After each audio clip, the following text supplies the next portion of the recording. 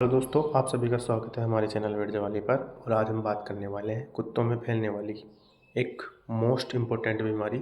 उस बीमारी का नाम है पारो वायरस। दोस्तों, बात करते हैं पारो वायरस क्या है, किससे होता है।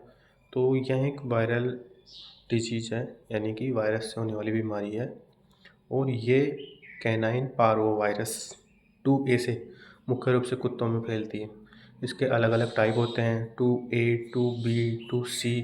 मनुष्य में यह कैनाइन मनुष्य में पारो वायरस B19 के द्वारा एक कारक होता है, इसका टाइप B19 के द्वारा फैलता है।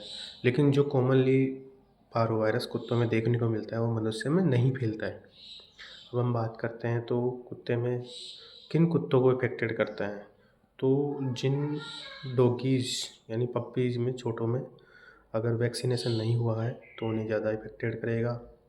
अनवैक्सीनेटेड वाले डॉग्स ले लो, ये स्ट्रीट डॉग ले लो। और अधिकांश देखता है छोटे बच्चों में देखने को मिलता है। जो पारो वायरस होता है, कैनाइन पायरो वायरस, यह मुख्य रूप से जो छोटे पप्पीज होते हैं उनकी इंटेस्टाइन और बोन मैरो पर अटैक करता है। इस वजह से क्या होता है कि उनमें जो सिम्टम्स देखने को मिलते हैं वो सिम्टम्स में होता है कि डॉगी की बहुत ज़्यादा वोमिटिंग करेगा, डायरिया, दस्त करेगा, बदबूदार दस्त और बदबूदार उल्टी करेगा, साथ ही साथ झाग भी आएंगे उसमें।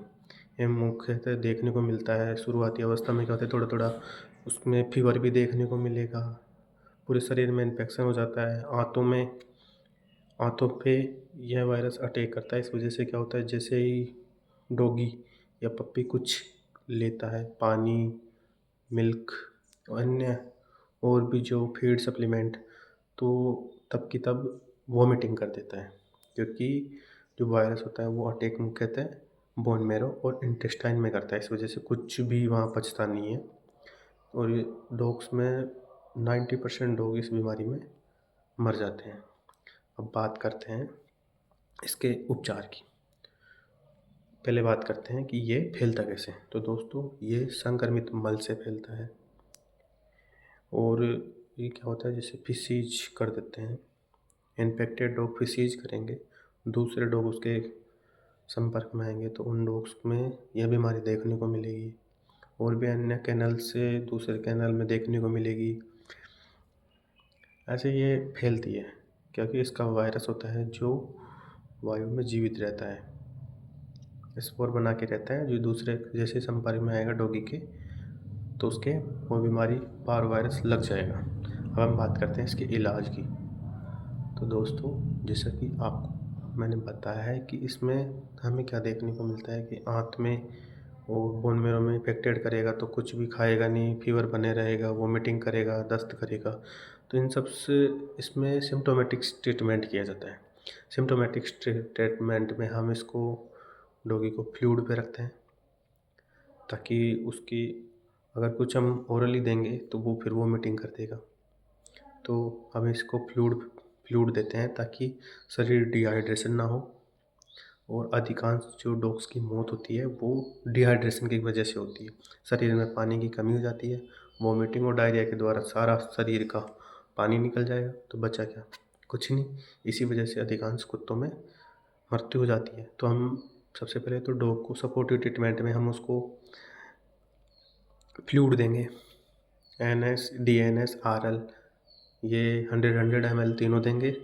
और अगर लगे कि डायरिया ज़्यादा है तो हम उसको मेट्रोनिडाज़ोल भी देंगे 20 ml के लगभग। और इसमें साथ में हम एंटीबायोटिक मोनोसेप 500 mg डॉग के बॉडी वेट के अनुसार, या मोनोसेप 250 mg भी हम ले सकते हैं छोटों के लिए। उल्टी के लिए हम कोई भी एंटी वोमिटिंग ड्रग जैसे कि मेटाक्लोप्रोमाइड ले लो, ओंडेस्ट्रॉन ले लो, इनमें से कोई सा भी इंजेक्शन देंगे।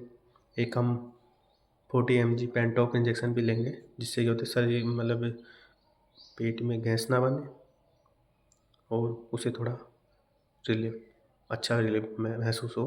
और साथ ही साथ इलाज में हम इसके और भी ट्राइवेट देंगे, तो जिससे कि शरीर में थोड़ी एनर्जी आए। एंटीबायोटिक दे ही दिए हम, साथ में इसमें हम अधिकांश देखते हैं कि एमिगासिन एंटीबायोटिक का बहुत ही शानदार रिजल्ट देखने को मिलता है।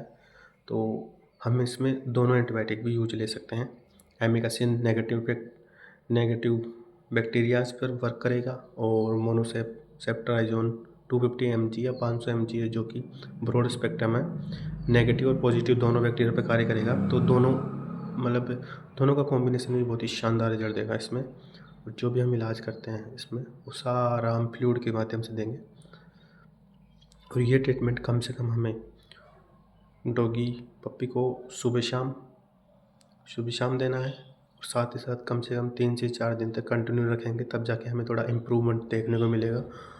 जब तक डॉगी अपने आप कुछ लेने की कोशिश ना करे, तब तक उसे ज़बरदस्ती मिल्क, एग या कुछ भी ना दें, क्योंकि फ्लूइड से उसको शरीर को एनर्जी मिलती रहती है और वो धीरे धीरे रिकवर होता है।